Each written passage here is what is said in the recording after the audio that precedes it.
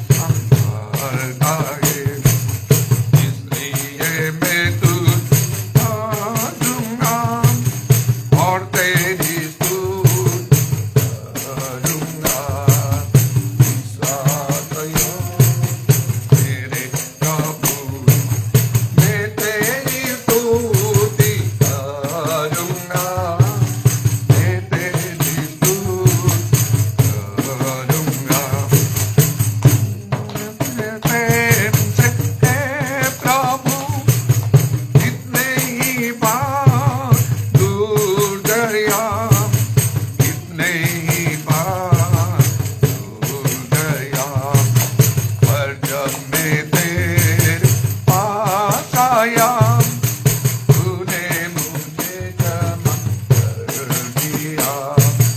विश्वास योग मेरे प्रभु, मैं तेरी स्तुति करूँगा, मैं तेरी स्तुति करूँगा।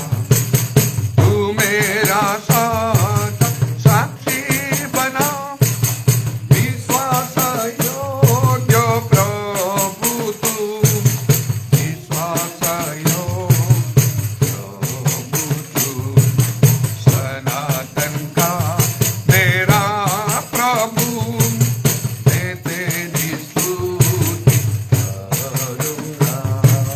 विश्वास योग्य मेरे प्रभु, मैं तेरी स्तुति करूँगा, मैं तेरी स्तुति करूँगा। मैं तेरे प्रेम से हे प्रभु कितने ही बार दूर गया, कितने ही बार दूर गया, पर जब मैं तेरे पास आया तूने मुझे जमा कर दिया।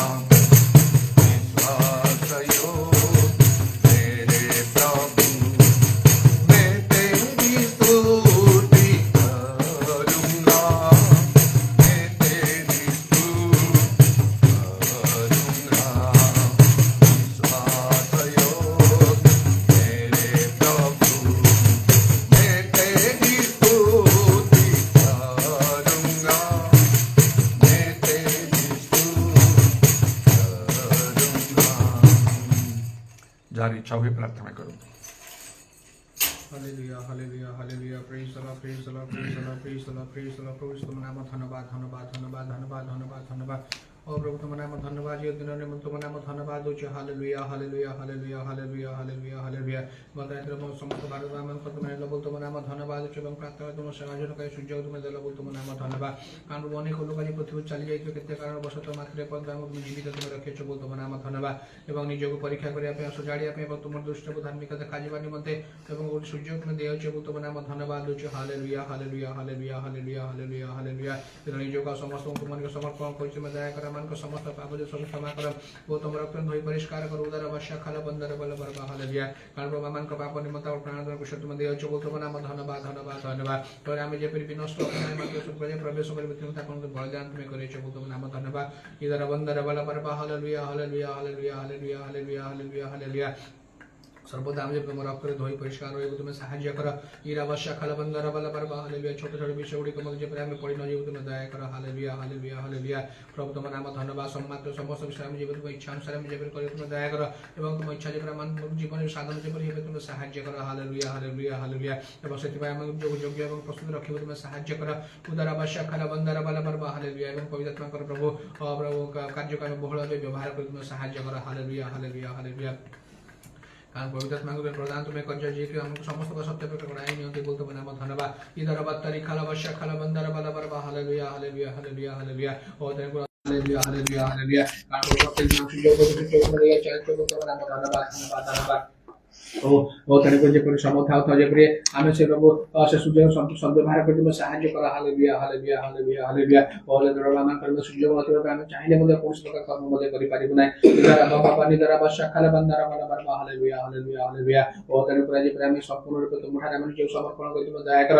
एवं तुम जे परीक्षा मन जे से प्रेम जे व्यवहार मध्ये तुम साहाय्य कर पूरा अवश्य खाला बंदर बल पर हालेलुया हालेलुया हालेलुया हालेलुया और मुझे राज्य कार्य जे क्षेत्र जे बुद्धि पाइबो तुम साहाय्य कर पूरा वर्षा खाला बंदर बल पर हालेलुया शैतान मध्ये तार समय बल पजानी ओ से मध्ये तार प्रभु और से भयंकर भाव तार कार्य मध्ये करि चली अछि इधर वर्षा खाला बंदर बल पर हालेलुया हालेलुया हालेलुया मात्र तुम जाउ जते समय जाय छै प्रभु निश्चित कार्य करिवो पूरा वर्षा खाला बंदर बल पर हालेलुया हालेलुया हालेलुया हालेलुया और तेन पर आमे जे पिता जे भय करिवो नै दया कर मात्र सब प्रकार जे पर आमे पहुंचे आमे मोठा निर्भर करि तुम दया कर उधर वर्षा खाला बंदर बल पर हालेलुया हालेलुया आज मान प्रजातन प्रभु व्यवहार करे और तुम समान को जय कर तुम चक्षु में तुम खोली दियो तो समान में ज्ञात में सत्य परमेश्वर प्रभु और तुम ताजे प्रभु काम कर तुम दया कर हालेलुया हालेलुया এবং তোমার বিশ্বাস করে প্রত্যাশা পাইবে তুমি দয়া করো উদারবত্তারি খারাপ শাখার বন্দর বলে বারবার hallelujah hallelujah hallelujah hallelujah hallelujah ও প্রভু তোমার নাম ধন্যবাদ ধন্যবাদ ধন্যবাদ ধন্যবাদ আমার কর্মমণ্ডলী প্রত্যেক বিশেষ ভাই বোন মন্ত্রী সমর্পণ তুমি দয়া করো প্রত্যেক সাহস শক্তি প্রদান তুমি করো উদারবত্তারি শাখার বন্দর বলে বারবার হালেলুয়া कौन से परिस्थिति जब तुम्हारा रुके प्रभु विमुख बनाए कि बात तुम अस्वीकार जब करीब नहीं तुम दया करो उदार अवश्यकल बंदर वाला बरबा हालेलुया हालेलुया मात्र समस्त प्रभु साहस शक्ति प्रदान तुम्हें करो उदार अवश्यकल बंदर वाला बरबा हालेलुया हालेलुया हालेलुया कारण वो तुम्हारा स्वर्ग जब संकट मध्य हटे उदार बाबा पानी दर अवश्यकल बंदर वाला बरबा हालेलुया और तन को से सुबुद नहीं करने तो संप्रत्येक को प्रभु प्रस्तुत में रखो उदार अवश्यकल बंदर वाला बरबा हालेलुया तो समाज में तुमको भेटी पारिबे तुम सहाय्य करो एवं तुम जो साधु मान कर मते प्रभु तो से महापूजा प्रस्तुत करियछ ताहार समाजर अंशग्रहण मध्य जेपरि करिबे तुम दया कर हालेलुया हालेलुया हालेलुया मात्र प्रत्येक परित्राण पाइ तुम सहाय्य कर हालेलुया हालेलुया कौन से लोक मध्य जेपरि से परित्राण दिन जेपरि विनष्ट न होबे तुम दया कर इधर अवतारी खालवश खालबंदर बल बल हालेलुया हालेलुया मात्र चक्र प्रभु अनेक लोक मात्र चक्षु से प्रभु बंद कर रखे अछि इधर अवश्य खालबंदर बल बल हालेलुया ओ से मान कनि कनि जेपरि सुसमाचार प्रचार करिबे तुम सहाय्य कर ओ से तुम दास मान तुम्हार प्रेरणा कर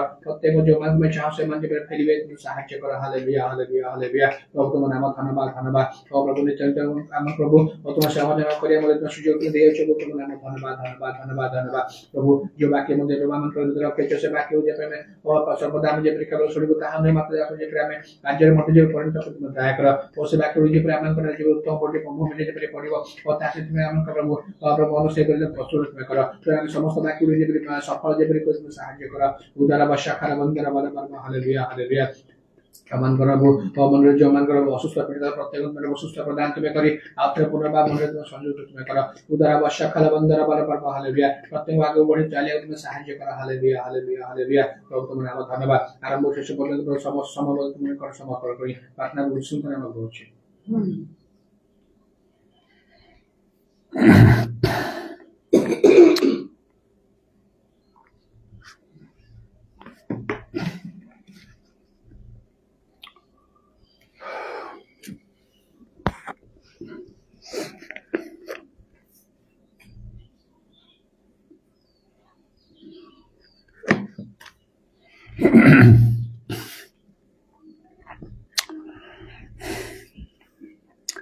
आदि पुस्तक 22 पर्व 12 पदरु 18 पद मध्य पर लेखा अच्छी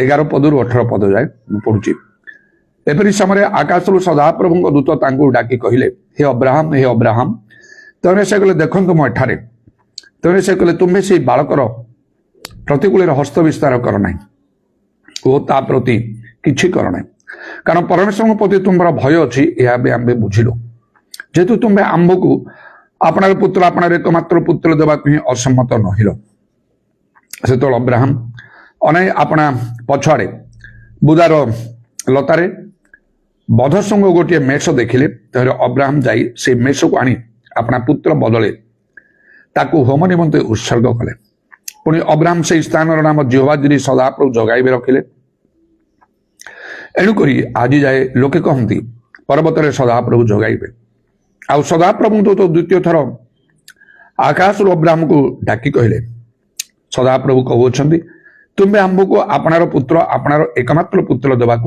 असम्मत नहिल तुम्हारा यही कर्म सकाश आम अपना नाम शपथ करी कहूछु आम तुमको अवश्य आशीर्वाद करी आकाशस्थ तारागण समुद्र बाली परी तुम्हारा वंश अतिशय वृद्धि करिबा तुम्हारा वंश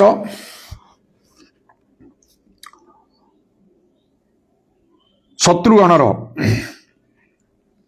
नगर द्वार अधिकार करिवे पुणी पृथ्वीस्थ समस्त जाति तुम्हारा वंश द्वारा आशीर्वाद प्राप्त हेबे जेहेतु तुम्हें आंबर वाक्य पालन करियछ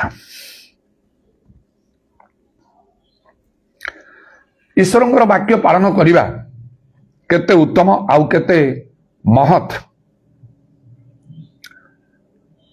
ताहा प्रभुଙ୍କ दृष्टि आउ प्रकृति रे सुग्राह्य अटे तेणु जो माने प्रकृति ईश्वर को प्रेम करती समान को तांगर आज्ञा पालन करने आवश्यक जने प्रकृत ईश्वर लोक जने प्रकृत विश्वासी जने ख्रीष्ट विश्वासी ताकू ईश्वर वाक्य केवल शुणिबार नहीं कहिबार नहीं पढ़िबार नहीं मुखस्थ करिबार नहीं ताकू पालन करवा होची सबुठारु उत्तम और श्रेष्ठ विषय आउ सेथिरे एते लाभ अछि तानि प्रकृत ईश्वर प्रति भय बोली गणना करा जाए कारण अब्राहम जेतले ईश्वर आज्ञा अनुसार एकमात्र पुत्र को बद्ध करी बलि स्वरूप उत्सर्ग करने को जाउथिले सेही समय परमेश्वर तांगु एपरि कहिले परमेश्वर प्रति तुम्हार भय अछि यह भी आम्भे बुझिलु ईश्वर प्रति प्रकृत भय हला तांगर आज्ञा मानिबा जो माने तांगर आज्ञा पालन करंती ताहा प्रकृत ईश्वर प्रति भय आउ तार लाभ केते बेसी आरंभ में परमेश्वर अब्राहम को आह्वान करने समय तांकु कहिथिले आकाशर तारागण को देखी गणना कर जदि गणना करि पारिबो ताले तुमर जो वंश हबो ताकू केही गणना करि पारिबो तेणु आकाश तारा परि तांकर वंश को आउ परमेश्वर वृद्धि करने पाई प्रथमे कहिथिले मात्र ए कार्य पर से अपना पुत्र को बलिदान करने निमित्त प्रस्तुत हेले से कार्य पर आहुरी कहिले जे आउ केवल आकाशस्थ तारागण नहीं मात्र समुद्र बाली परि मध्य तुमर वंश अतिशय वृद्धि करवा आउ पुणी कहले तुमर वंश शत्रुगणर नगर द्वार अधिकार करिवे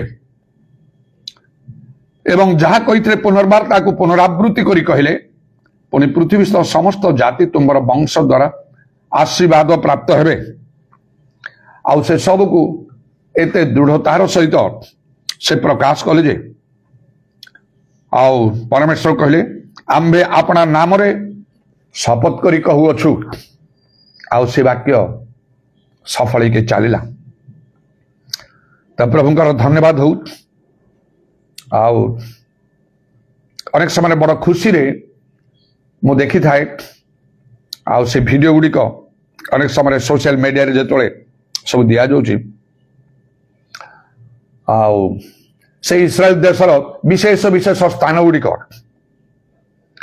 जीशु कौटी जन्म होते से बेथलेहम आउ जोड़ी से प्रतिपालित होते से नाजरेत तांकर कबर स्थान जोठी कबर दिया से पुनरुत्थान कले से कालबरी पहाड़ जर्दन नदी एपरी अन्य अनेक बाइबल रे जहाँ सब रही से सब स्थान गुड़िक पुरातन नियम जहाँ सब थिला से सब स्थान गुड़िक कम से कम वीडियो रे देखी मन रे खुशी पाए ए जगह गुड़ाक एपरी ताहा तो कहानी नहीं ताहा इतिहास ही रही तार मुक साक्षी स्वरूप से गुड़ाक रही वास्तव घटना से घटना गुड़ाक घटी अब्राहम इसाक जाकुब से माने जो स्थान रोते से स्थान गुड़ाक सब देखा बहुत खुशी लगे से गुड़ाक देखापी जे एटा वास्तव स्थान गुड़िक से सामसन गोटे आउ कबर को बहुत बड़ करिकी आउ ताको रखाई से स्थान से लोट तर स्त्री पत्थर हवा प्रभृति सुफ सागर अनेक विषय दाऊद जो रोते से दाऊदंकर नगर तांकर आउ से आउ जहा तांकर से जो राजमहल से करते से सब गुड़िक एटा वास्तव विषय गुड़ाक जहा गोटे समय थिला तेणु बाइबलटा कौन सी प्रकार ताहा मनुष्यर कल्पना रे लिखित विषय नहीं ताहले तो आम जीवन वृथा हो परिश्रम वृथा हम जीवन में सब विषय त्याग कर गोटे विषय को लक्ष्य करी मुझे सत्य विषयटा कौन सत्य ईश्वर कौन किए एवं बाइबल कौन सत्य ईश्वर वाक्य ना कौन ये सब जाना पर सीना मो जीवन को उत्सर्ग करी ना कहीं सेपरी मु करथांती आउ मोठारे मध्य दृढ़ भाव में भरोसा रही प्रभुंकर दिन जे निकटवर्ती प्रभु जीशु जे शीघ्र आसुचंती से दिन कि प्रकार भाव में गौरव सम्मान मिलिब धन पुरस्कार इत्यादि एवं मध्य किछि आउ कम लाभ मिलूना प्रभुंकर धन्यवाद हो तेरे ईश्वरंकर वाक्य पालन करने सबुठारु श्रेष्ठ विषय सेमान प्रति ईश्वर जो सब कर्म करेंगे से सब मनुष्यर चिंतार बाहर अनेक समय जो मैंने प्रभु निकट प्रार्थना करूँ निज निज परिवार अनेक देश दुनिया भल से सब तो करवा आवश्यक प्रभु दया कर दया कर दया कर कही था प्रार्थना प्रभु मत दया कर किंतु गीत संगीतार गोटे स्थान लिखा जो माने सदा प्रभु को भय करती पृथ्वी आकाश मंडल जेमंत उच्च तेमंत तांको दया सेमान प्रति महत तेणु जो मैंने प्रार्थना करूँ प्रभु दया कर आंठी प्रार्थना करूँ उबड़ प्रार्थना करूँ हाथ उठे प्रार्थना करूँ कांदू उपवास करूँ चित्कार करूँ प्रभु जो अंतगण देखते से आम अंतकरण को देखिए आठारे ईश्वर प्रति भय अच्छी कि आउ जदि ईश्वर प्रति भय प्रभु देखिए ताहले छड़ा जना जीव छड़ा प्रकाश पाइब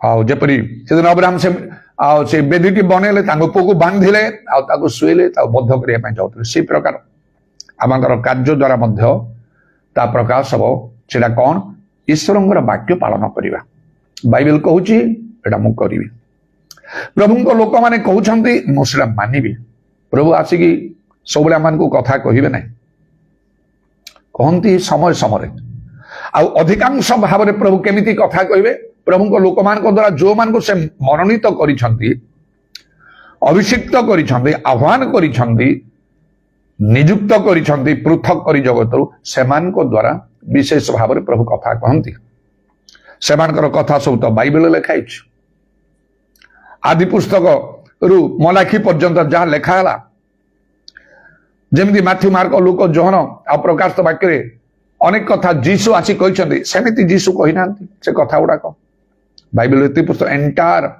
आउ पुरातन नियम जदि आम देखु अल्प किछि कथा अच्छी जहाँ परमेश्वर कहले से सिनय पर्वत रु 10 आज्ञा देवा केते विषय जहाँ लोक मैंने शुणी भय भी कले तेणु प्रभु लोक मान द्वारा पवित्र लोक मान द्वारा लिखा पितर पुस्तक धर्मशास्त्र जो सब वाक्य अच्छी ईश्वर प्रेरित मनुष्य माने पवित्रात्मा द्वारा चालित ही कही विशेषकर प्रभु लोक मान द्वारा प्रभु आह्वान प्राप्त मनोनीत अभिषिक्त नियुक्त लोक मान द्वारा प्रभु कथा कह जन चाहिए प्रभु मत कथा कह से लेवल रे प्रभु कथा कहबेनी आपण जेते धार्मिक हूँ जेते पवित्र हूँ से भाव में व्यवहार करेंगे ना प्रभु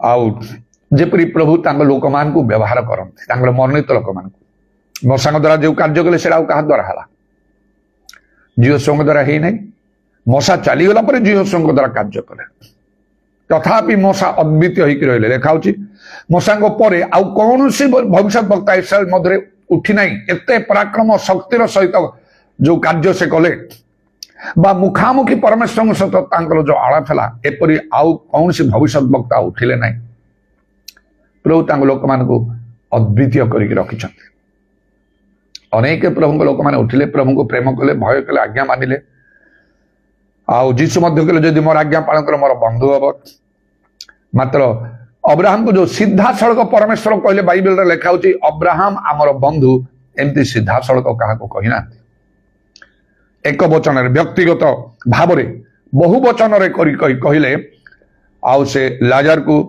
आंभर बंधु लाजार आवर फ्रेंड बोली कहले किंतु अब्राहम को माई फ्रेंड बोली कहले मोर बंधु अनेक मानी किंतु प्रभु को लोक मान साक्ष्य स्वतंत्र होकर रही सेपरी समस्त द्वारा हुए ना कहली जेते धार्मिक पवित्र आत्मिक जीवन रे सिद्ध किबा परिपक्व हेले मध्य गोटे कथा देखंतु पितर जेतेबेले जाई कथा कहूतिले पवित्र आत्मा वृष्टि हैला मनोनीत आहूत लोक कर्निलियों गृह रे आउ मध्य पितर जोहन जाई समीरण से प्रधान नगरे ପ୍ରାର୍ଥନା କଲେ ହସ୍ତାର୍ପଣ କଲେ ସବୁ ପବିତ୍ର ଆତ୍ମାରେ ପୂର୍ଣ୍ଣ ହେଲେ। ସ୍ତିଫାନଙ୍କ ଜୀବନ କିଛି କମ୍ ନାହିଁ। ସ୍ତିଫାନଙ୍କର ଆତ୍ମିକ ଜୀବନ ଧର୍ମ ଜୀବନ ବହୁତ ଉପରେ। ସେ ଜଣେ ସାଧାରଣ ନର୍ମାଲ ବିଲିଭର ବିଶ୍ୱାସୀ, ତାକୁ ଲେମ୍ୟାନ କହନ୍ତି, ସାଧାରଣ ଅର୍ଡିନାରୀ ଲୋକ। କିନ୍ତୁ ପ୍ରଭୁଙ୍କର ଆହ୍ୱାନ ପ୍ରାପ୍ତ ମନୋନୀତ ଲୋକମାନଙ୍କୁ ମିନିଷ୍ଟର୍ସ ଅଫ୍ ଗଡ୍, ଈଶ୍ୱରଙ୍କର ସେବକ ମାନେ ସର୍ଭାଣ୍ଟସ୍ ଅଫ୍ ଗଡ୍ ବୋଲି କହନ୍ତି। ବାଇବେଲରେ ଲେଖା ହେଉଛି ସେପରି। ତେବେ ଏ ସ୍ତିଫାନ ଜ୍ଞାନରେ ପୂର୍ଣ୍ଣ, ପବିତ୍ର ଆତ୍ମାରେ ପୂର୍ଣ୍ଣ, ଅନୁଗ୍ରହରେ ପୂର୍ଣ୍ଣ, ଶକ୍ତିରେ ପୂର୍ଣ୍ଣ, ବିଶ୍ୱାସରେ ପୂର୍ଣ୍ଣ, ଏତେ ସବୁ ଥିଲେ। କୋଉଠି ଶିକ୍ଷା ପ୍ରଚାର ସେ କରିଛନ୍ତି? ଚର୍ଚ୍ଚକୁ ଯାଇ କୌଣସି ଜାଗାରେ କୋଉ ଜାଗାରେ ଗୋଟେ ମିଟିଂ ନେଇଛନ୍ତି, ପ୍ରାର୍ଥନା କରୁଛନ୍ତି, ହସ୍ତାର୍ପଣ କରୁଛନ୍ତି, ନହେଲେ କଥା କହୁ କହୁ ପବିତ୍ର ଆତ୍ମାଙ୍କର ବୃଷ୍ଟି କୋଉଠି ହେଇଛି? ନାଇଁ। ସେଟା ସ୍ୱତନ୍ତ୍ର ଲୋକମାନଙ୍କ ଦ୍ୱାରା ସ୍ୱତନ୍ତ୍ର ଭାବରେ କାର୍ଯ୍ୟ ହୁଏ। ଏତି ଜାଣିବାକୁ ହବ, ଯଦି ପ୍ରଭୁଙ୍କ ପାଇଁ ଆମମାନଙ୍କର ଉଦ୍ଯୋଗ ଅଛି, ସେଇ ସ୍ୱତନ୍ତ୍ର ଲୋକମାନଙ୍କୁ ସମ୍ପୂର୍ଣ୍ଣ ରୂପେ ସହଯୋଗ କରିବା ଦରକାର। ଆଉ ଯଦି ମନରେ ଚିନ୍ତା ଅଛି ମୁଁ ମଧ୍ୟ ତାଙ୍କ ପରି, ସେଟା ସେ ଲୁସିଫରର ଚିନ୍ତାଧାରା। ପରମେଶ୍ୱର ତାକୁ ଯେତେବେଳେ ସ୍ୱର୍ଗରୁ ତଳକୁ ନିକ୍ଷେପ କରିଦେଲେ, ସେ କହିଲେ ତୁମେ କଣ କହିଥିଲ ମନେ ମନେ, ଆମେ ଆଉ ସର୍ବପରିସ୍ଥଙ୍କ ତୁଲ୍ୟ ହେବା, ଆଉ ତାରାଗଣ ଉପରେ ଆମର ସିଂହାସନ ସ୍ଥାପନ କରିବା, ତୁମେ ତ ମନୁଷ୍ୟ ମାତ୍ର। ସ୍ୱର୍ଗରୁ ତାଙ୍କୁ ପକେଇଦେଲେ ତଳକୁ।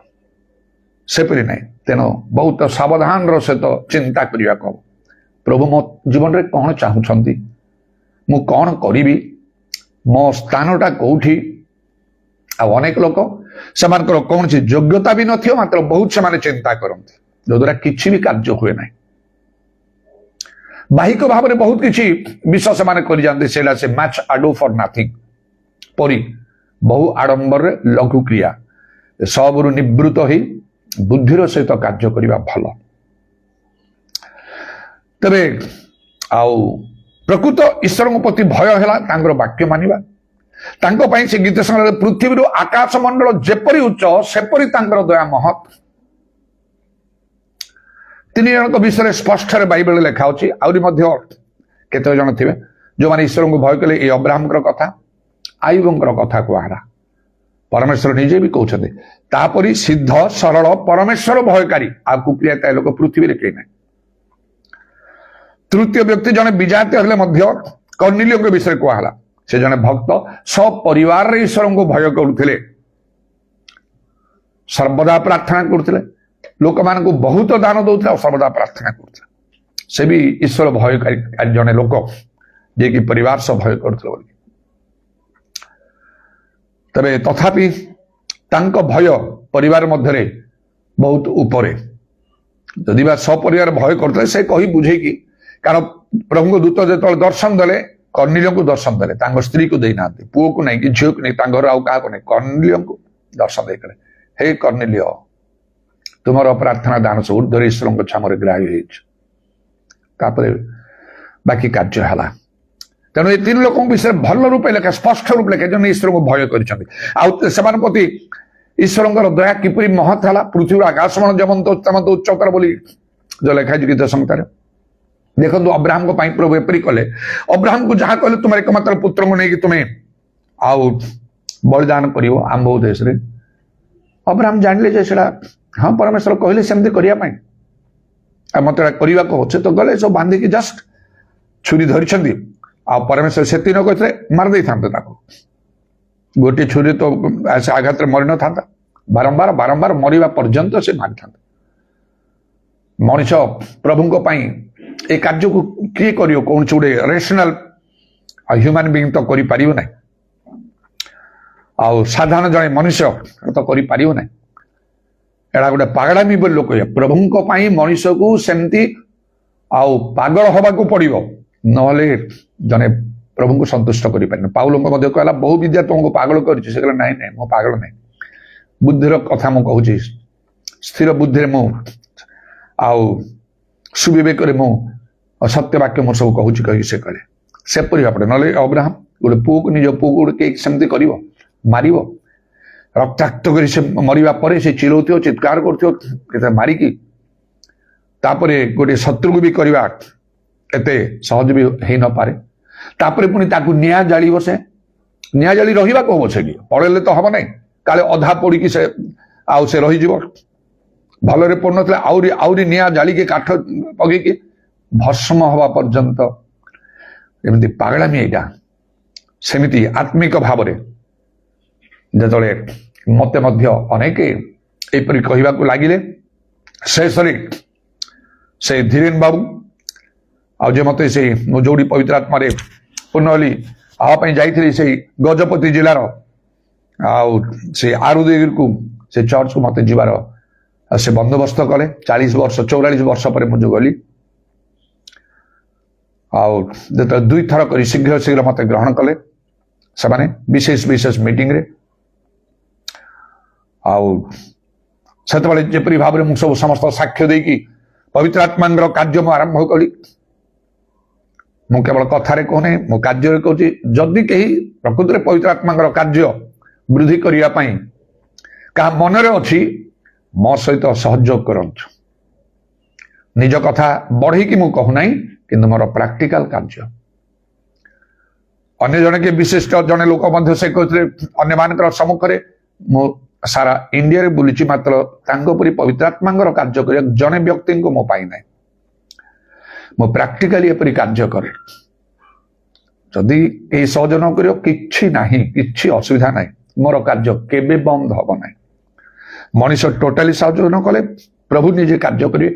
ଯେବେ ଲେଖାଛି ଆମେ ତୁମର ସମ୍ମୁଖରେ ଗୋଟେ ଦ୍ୱାର ଫିଟେଇଛୁ, ତାକୁ କେହି ବନ୍ଦ କରିପାରିବ ନାହିଁ। କିନ୍ତୁ ପ୍ରଭୁ ଲୋକ ଯୋଗାନ୍ତି, ଲୋକ ସହଯୋଗ କରନ୍ତି ସବୁ ପ୍ରକାର ଭାବରେ।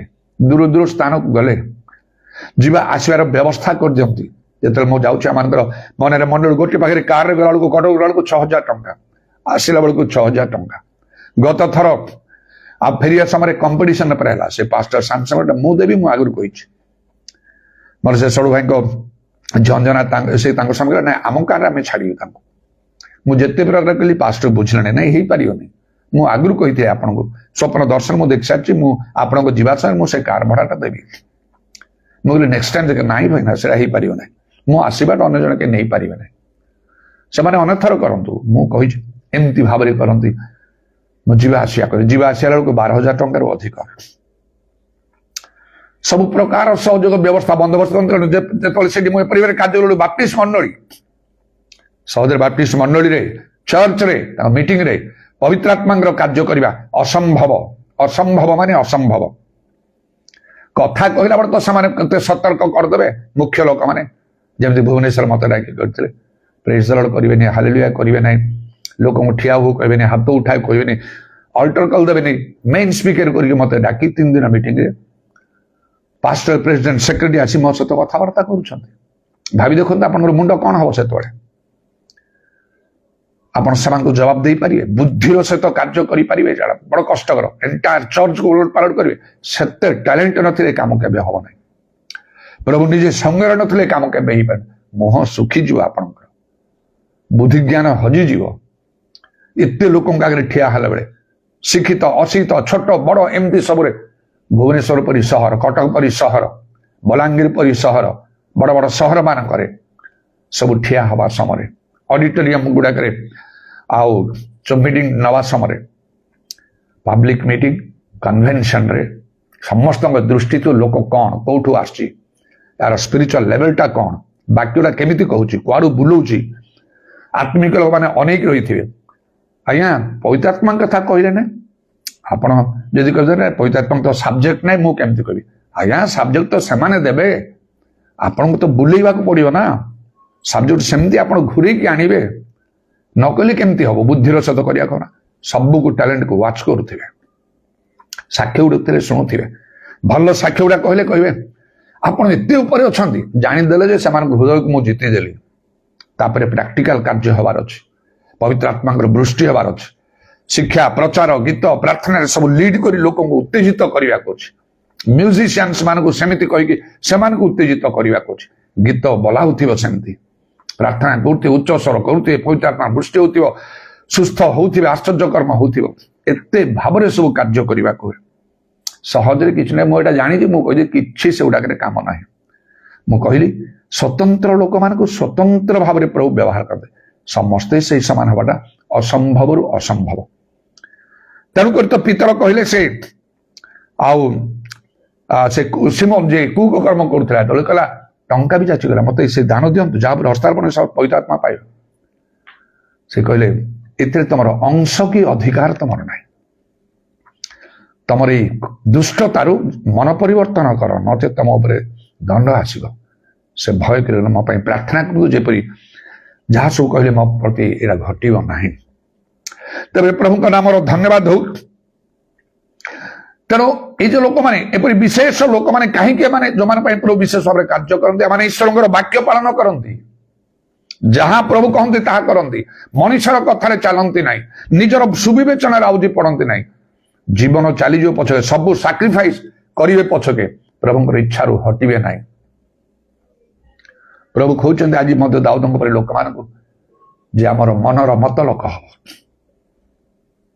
ଆପଣମାନେ ଟିକେ ଚିନ୍ତା କରନ୍ତୁ, ପ୍ରାର୍ଥନା କରିଛନ୍ତି କେବେ ଏଇ ପ୍ରାର୍ଥନା, ପ୍ରଭୁ ମତେ ତୁମର ମନର ମତ ଲୋକ କର, ସମସ୍ତ ବିଷୟରେ ମୁଁ ଯେପରି ତୁମର ଇଚ୍ଛା ସାଧନ କରିପାରି, କରିଛନ୍ତି କେବେ? ମୁଁ ତ ପ୍ରତ୍ୟେକ ଦିନ କରୁଛି, ବର୍ଷରେ 365 ଦିନ ଏଇ ପ୍ରାର୍ଥନା କରୁଛି, ଅନ୍ତର ଭିତରୁ ପ୍ରାର୍ଥନା କରୁଛି, ମୁଖରୁ ନାହିଁ। ଏଇ ପ୍ରାର୍ଥନା କଲେ ମୁଁ ଜାଣୁଛି ଏଇଟା ମୋର ଦରକାର, ଏଇଟା ଆମେ ଏସବୁ, କିନ୍ତୁ ମୁଁ ତାକୁ ସାଇଡ କରିଦେଉଛି। ପ୍ରଭୁ ଯଦି ନ ଚାହିଁବେ ନାହିଁ, ଦୁଃଖରେ ଯିବି, କଷ୍ଟରେ ଯିବି, ଅପମାନରେ ଯିବି। ସେତେ ଭାବରେ ମୁଁ ନିଜକୁ ଦମନ କରିକି ରଖିଛି ମୋର ଚିନ୍ତାଧାରା ସବୁ ବିଷୟକୁ ନେଇକି। ସେପରି କରିବାକୁ ହବ, ସେ ଲେଭେଲକୁ ଯିବାକୁ ହବ, ବଡ ବଡ ପଦକ୍ଷେପ ସବୁ ନେଇକି ପ୍ରଭୁଙ୍କର କାର୍ଯ୍ୟ ଦେଖିବେ। ସେତେବେଳେ ପୃଥିବୀର ଆକାଶ କିପରି ହେଲା ତାଙ୍କ ଅବ୍ରାହମ ପରମେଶ୍ୱରଙ୍କୁ ଭୟ କରିବାରୁ। ଏ ତ କେତେ କଥା ଗୁଡା କହିଲେ, ଆକାଶ ତାରା ପୁଣି ସମୁଦ୍ର ବାଲି ପରି ବଂଶ ହବ, ସମୁଦ୍ର ବାଲି ପରି ମିଶେଇ ଦେଲେ, ପୃଥିବୀର ସମସ୍ତ ବଂଶ ତୁମ ଦ୍ୱାରା ଆଶୀର୍ବାଦ ପ୍ରାପ୍ତ হবে, ଏଇଟା ତ ଆହୁରି ରିପିଟ କରିଦେଲେ, ତୁମର ବଂଶ ଶତ୍ରୁ ନଗର ଦ୍ୱାରା ଅଧିକାର କରିବେ। ଏ ସମସ୍ତ କଥା କହିଲେ ତ ସତ, ମାତ୍ର ଅବ୍ରାହମ ଭାବିଥିଲେ ଯେ ପରମେଶ୍ୱର ସତରେ ମତେ କହିଲେ ପିଲାକୁ ମାରିଦେବା ପାଇଁ, ବଳିଦାନ କରିବା ପାଇଁ ଯାଇଥିଲେ। ଫାଇନାଲି ଦେଖାଗଲା ଯେତେବେଳେ ସେ କାର୍ଯ୍ୟ କରିବା ପାଇଁ ସେ ରେଡି ହେଇଗଲେ, ସବୁ ଯାକ ବଦଳିଗଲା। ଗୋଟେ ସ୍ୱପ୍ନ ପରି ହେଇଥିବ ଅବ୍ରାହମକୁ ଯେ ପରମେଶ୍ୱର ନାଇଁ ତମକୁ ମୁଁ ଏଇଟା ପରୀକ୍ଷା କରୁଥିଲି, ଆଗରୁ କହିଥିଲେ କି ତାଙ୍କୁ ନାହିଁ। ଅବ୍ରାହମ ଜାଣିଲେ ଯେ ଏଇଟା ଗୋଟେ ମାତ୍ର ଥିଲା ପରୀକ୍ଷା, ଯୋଉ ବାସ୍ତବତାକୁ ପ୍ରଭୁ ଗୋଟେ ପରୀକ୍ଷାରେ ପରିଣତ କରିଦେଲେ।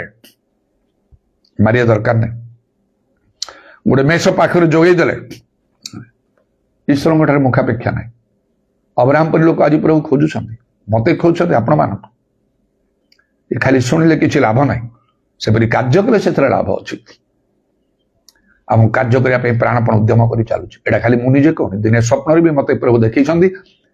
ମୁଁ ଅବ୍ରାହମ ହେଇଛି, ଆଉ ପରିବାର ସହିତ ଆମେ ଯାଉଛୁ ଏଇ କଟକରେ, ଅଳ୍ପ କିଛି ଆମର ଗୃହଦ୍ରବ୍ୟ ସବୁ ସଜାଡି ଗୋଟେ ରିକ୍ସାରେ, କୋଉଠି ଯିବୁ ଜାଣୁନୁ, ଘର ଦ୍ୱାର କିଛି ନାହିଁ, ଭାଉଚାରେ ଘରୁ ତ ବାହାରି ଗଲୁ, ଓଳିଲେ କୁଆଡେ ଯିବା, କିଛି ନହେଲେ କୋଉଠି ଗଛ ମୂଳକୁ ଯିବା ଦେଖିବା, ଭାବିକି ମୁଁ ଚାଲୁଛି। ଏବେ ବି ସେମିତି ଚାଲୁଛି, ସମ୍ପୂର୍ଣ୍ଣ ସ୍ୱାଧୀନ ଭାବରେ କାର୍ଯ୍ୟ କରୁଛି। କାହା ମନରେ ପ୍ରଭୁ ପ୍ରେରଣା ଦେବେ, ଦାନ ଦଶମାଂଶ ଦେବେ, କିଛି ତ ଦେବେ ତ ହେଲା, ନହେଲେ ତ ନାହିଁ। କାହା ସହିତ ମୋର ଦାବି ନାହିଁ। କେତେକ ବିଶ୍ୱସ୍ତ ଭାବରେ ଅନେକ ବର୍ଷ ଧରି କରିକି ଆସୁଛନ୍ତି, କେତେକ ଯୋଉମାନେ କରୁଥିଲେ ସେମାନେ ସମ୍ପୂର୍ଣ୍ଣ ହଟି ଯାଇଛନ୍ତି, କୌଣସି ଯୋଗାଯୋଗ ନାହିଁ। ସତ୍ୟବାକ୍ୟ ମୋ ପାଖରୁ ଶିଖିଲେ, ପବିତ୍ର ଆତ୍ମାଙ୍କ ଦାନ ପାଇଲେ, ବଡ ବଡ ଆଶ୍ଚର୍ଯ୍ୟ କର୍ମ ସବୁ ପାଇଲେ, ନାହିଁ ସେମାନେ। ମଲାରୁ ମଧ୍ୟ ଲୋକ ବଞ୍ଚିଛନ୍ତି, ନାହିଁ। ମୁଁ କାହା ପଛରେ ଆଉ ଦୌଡ଼ିବା ପାଇଁ, ଗୋଡ଼େଇବା ପାଇଁ ମୁଁ ଚାହେଁ ନାହିଁ, ଏକ୍ସେପ୍ଟ କେବଳ ଜଣେ ଈଶ୍ୱରଙ୍କର ଅଦ୍ୱିତୀୟ ପୁତ୍ର ନାଜରିତ ଯୀଶୁ ଖ୍ରୀଷ୍ଟଙ୍କ ଛଡା। ଆଉ ପ୍ରଭୁ ସେଇପରି ଭାବରେ ମୋର ସମସ୍ତ ତତ୍ତ୍ୱ ମଧ୍ୟ ନେଇକି ସେ ଚାଲିଛନ୍ତି ମଧ୍ୟ। ତେଣୁ ଦେଖନ୍ତୁ ପ୍ରଭୁଙ୍କର ଆଉ ସେ ଯେ ଅବ୍ରାହମ ପରମେଶ୍ୱରଙ୍କୁ ଭୟ କଲେ, ପରମେଶ୍ୱର ଏଇ କଥା କହିଲେ, କିପରି ତାଙ୍କର ଦୟା ମହତ ହେଲା ପୃଥିବୀର ଆକାଶ ମଣ୍ଡଳ ଯେମନ୍ତ ଉଚ୍ଚ ତେମନ୍ତ ଉଚ୍ଚ କିପରି ହେଲା। ଆଉ ସେ ଯୋଉ କର୍ମ କରିବା ପାଇଁ ଯାଉଥିଲେ ତାଙ୍କ ପୁତ୍ରକୁ ବଦ୍ଧ କରିବା, ପରମେଶ୍ୱର ମତେ ଆଜ୍ଞା ଦେଇଛନ୍ତି କହିକି ସବୁ ବିଷୟ ତ ବର୍ଣ୍ଣନା କରା ହେଇନାହିଁ। ହେଇପାରେ ଅବ୍ରାହମ ତାଙ୍କ ପୁଅ ଏମିତି ସେ ପୁଅକୁ ନେଇକି ବାହାରିବା ସମୟରେ ଯେତେବେଳେ ସେ ବଳିଦାନ କରିବା ତାଙ୍କ ସ୍ତ୍ରୀ ପଚାରିଥିବେ କୁଆଡେ ଯାଉଛ, ଚୁପ ରହିଥିବେ। ବାରମ୍ବାର ପଚରା ପରେ ହେଇପାରେ, ମୁଁ କହୁଛି ଗୋଟେ କଥା, କିଛି ତ ଲେଖା ହେଇନି ନା, ଏମିତି ଅନେକ ବିଷୟ ତ ହେଇଥିବ। ମୁଁ ଯାଉଛି ପର୍ବତ, କାହିଁକି? ପୁଅକୁ ବଳିଦାନ କରିବେ, ହେଲା ମୁଣ୍ଡ ଖରାପ ହେଇଗଲା ନା କଣ? ସେ କେବେ ସେ ମାନିଥିବ? କେତେ ଝଗଡା, କେତେ ପ୍ରତିବନ୍ଧ, କେତେ କଣ ହେଇଥିବ, ସବୁ କିଛି ତ ଲେଖା ହେଇନି ନା। ମୁଁ କରିବାକୁ ବାଧ୍ୟ, ମତେ ପ୍ରଭୁ କହିଛନ୍ତି। କାହା କଥା ବି ଶୁଣି ନଥିବେ।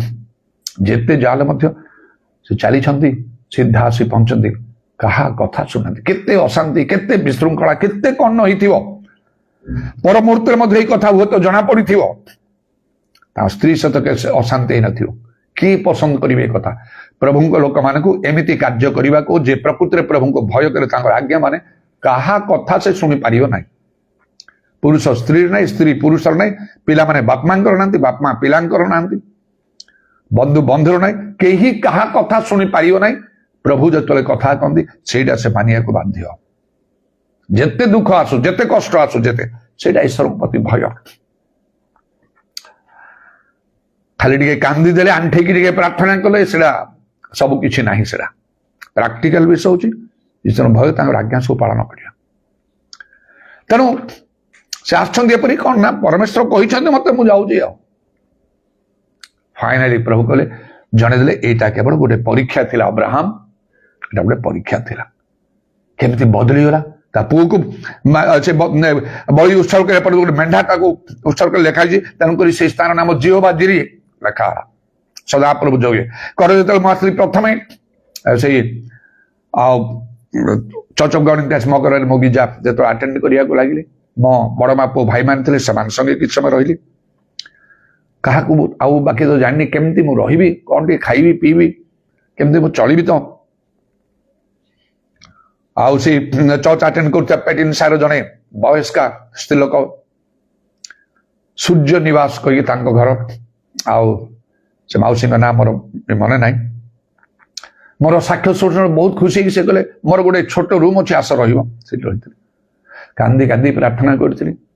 ଆଉ ମତେ ଗୋଟେ ସୂର୍ଯ୍ୟ ଦେଲା ପ୍ରେମ ସିଷ୍ଟର ସବୁ କହିଲେ। ପୁଣି ଆଉ ସାମଲ ପଟ୍ଟନାୟକ, ସେ ଜିଓଆଜି ଚିଲଡ୍ରେନ୍ସ ଆମର ସେ ସେକ୍ରେଟାରୀ ଥିଲେ, ଏବେ ମଧ୍ୟ ଅଛନ୍ତି।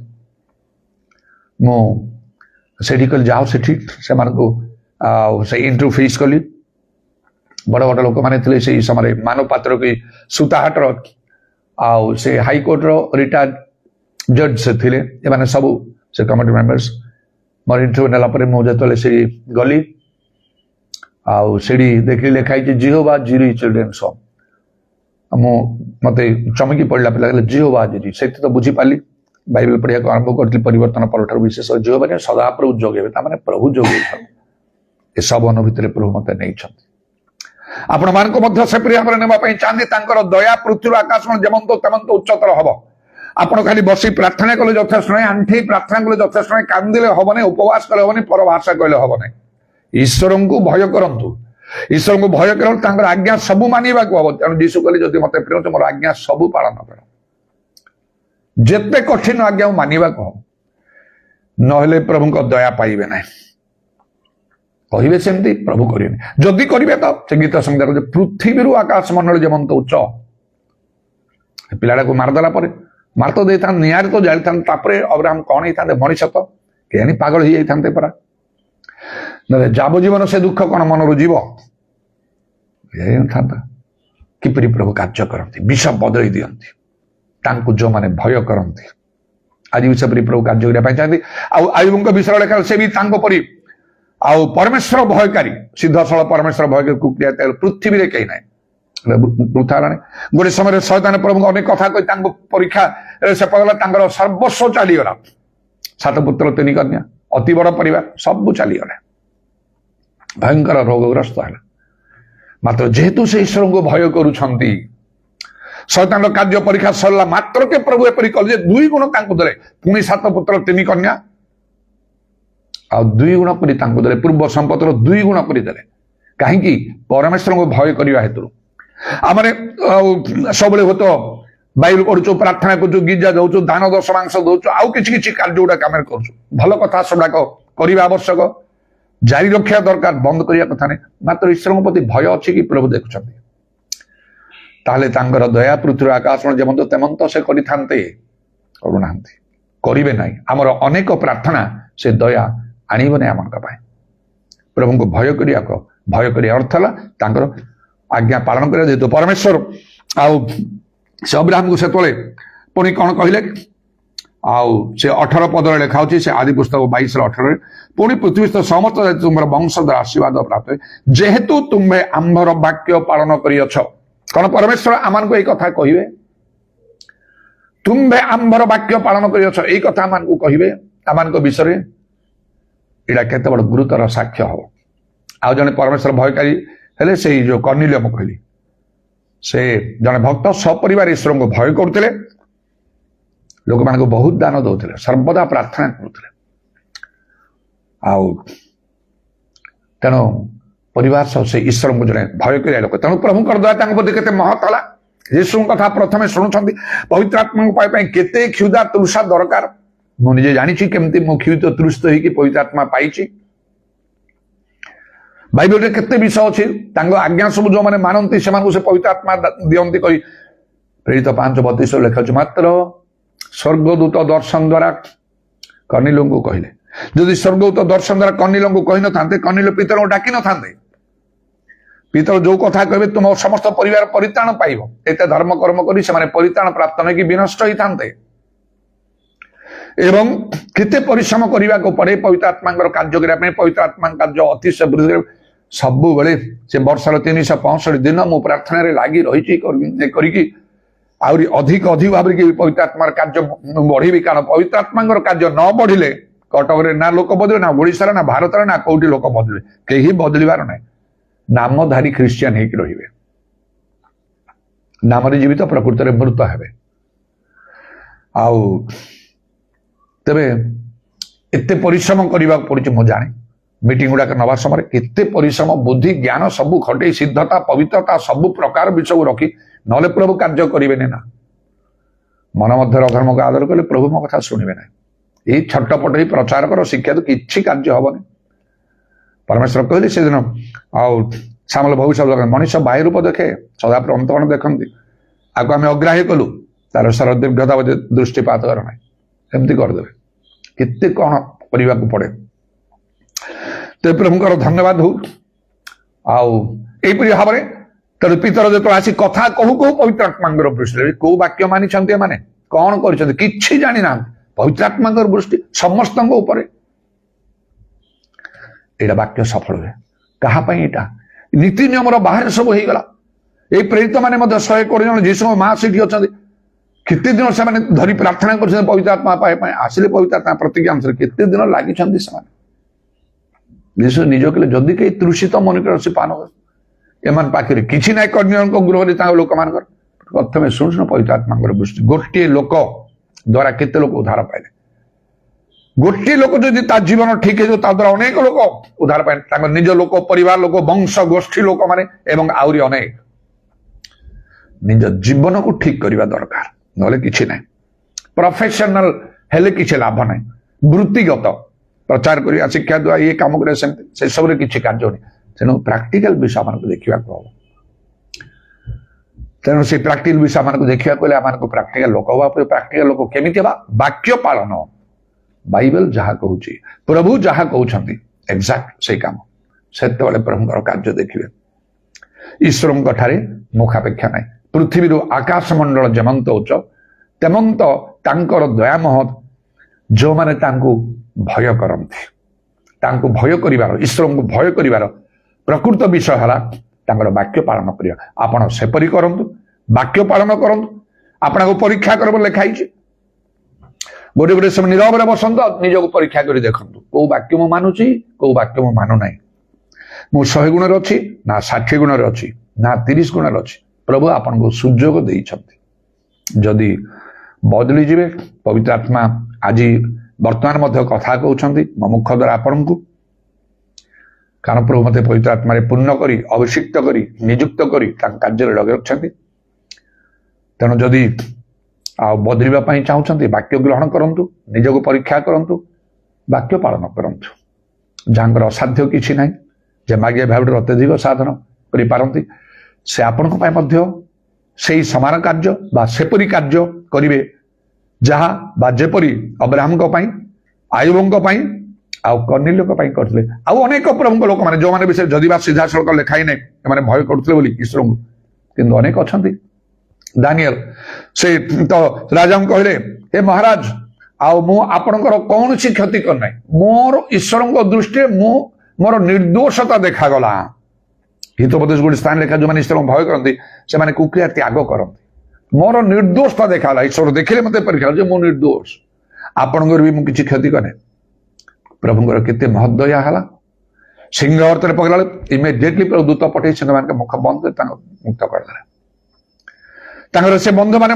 राजा को रोकठोक जवाब देले जो परमेश्वर सेवा करू से उद्धार कर कले करते न कले आपणकर प्रतिमा आम प्रणाम करूँ अग्निकुंड पकाला प्रभु निजे गले से मध्य को आउ पुणी से मुक्त हेले यहीपरि भाव केते कार्य करछन्ती कौन पुरुष कौन स्त्री से रुतर कथा से देखला जे नाई नाई नाई से अर्पा तो चलीगला आ शाशु नमी को से गला ना तुम लोक मोर लोक हे तुम परमेश्वर मोर परमेश्वर हे मृत्यु बिना तुमको मत कि अलगा करनी चली आसला इस्राएल देश को आशेष से नगर जने श्रेष्ठ व्यक्ति दृष्टि किपरि से अनुग्रह प्राप्त जने विधवा स्त्री लोक से अपने विजातिया से कहीं आकु चाहता पसंद करता से बयज किंतु से ताकू ही पसंद कर से विवाह कला जो से पचारा मु केमती आपन दृष्टि एत अनुग्रह पाइली तुम्हें जने साध्वी आउ तुम विषय मत सबू कथा कह तुम्हें किपरि कार्य कर तेणु आमर समस्त विषय आमर समस्त गति प्रभु जानती से निरूपित समय पहुंचले कार्य करती सुंदर करी से प्रत्येक विषय तार समय शोभित करती आउ से कार्य कले कहीं अन्यथा करि पारंते नहीं। ए वाक्य भीतर को जाऊ ईश्वर को भय करंतु तार अर्थ है आपण ईश्वर वाक्य पालन करंतु आ पृथ्वी आकाश मंडल जेमंत उच्च प्रभुंकर दया आपण आउ सेपरि भाव उच्चतर हो। Hallelujah praise the Lord उदाराबानी खाराबा Shamani कुराबा त्रमाना खाराबा शबराबा प्रभु तुम नामर प्रशंसा गौरव जुगे जुगे जीशुंक नाम दया करो तुम वाक्य कहे तुम्हें कहल से प्रभु ए जाति मुखरे आमको समादर करती मात्र एम हृदय आम ठारू दूर रे थाए हे प्रभु से तुमको विशेष भाव में दया कर अंतगण अनुसंधानकारी मर्म परीक्षक परमेश्वर तुम्हें निजको परीक्षा कर तुम वाक्य पालन करने अनुग्रह कर तुम मुख जेपरी आम कह आज प्रभु तुम्हें चाहूच कहवाई से दिन जपरी तुम्हें कही आम प्रति तुम भय अच्छी यही कथा आम बुझिलु अब्राहम को तुम्हें कह एवं आउ से आयुब विषय तापरी सिद्ध सरल परमेश्वर भयकारी कुक्रिया लोक पृथ्वी रे कहीं ना ईराबात्रा मानी खाराबा शाकालाराबा आम चाहू प्रभु आम तुम्हें महत् कार्य कर आम द्वारा तुम्हें कर मात्र से समस्त हो पार ना जेहेतु प्रकृत ईश्वर भय आम ठारे न थाए तो आम प्रत्येक को दया कर जेपरी आम बदली जीव ये जो अल्प समय आम सुजोग देच आउ तुम जड़े भयकारी हो पार आम तुम्हें अनुग्रह कर ताराबानी खाराबा शाकालाबा तुम कार्य केबे विलंब नहीं आउ तुम असाध्य किछि ना जीशुंक नाम दया कर जहाँ जहाँ प्रयोजन तुम इच्छा मत तुम्हें साधन कर अभिषेक हेतु ज्वाली भी नष्ट तुम कंडा विधा पाद प्रणाम चुंबन कर तुम हस्तर आम सलमनात्मा सब समर्पण कर शुणिल बोली धन्यवाद दे नित्य जीवित प्रभु जीशु ख्रीष्ट नाम ये प्रार्थना करुचे आमेन। In his time, he makes all things beautiful.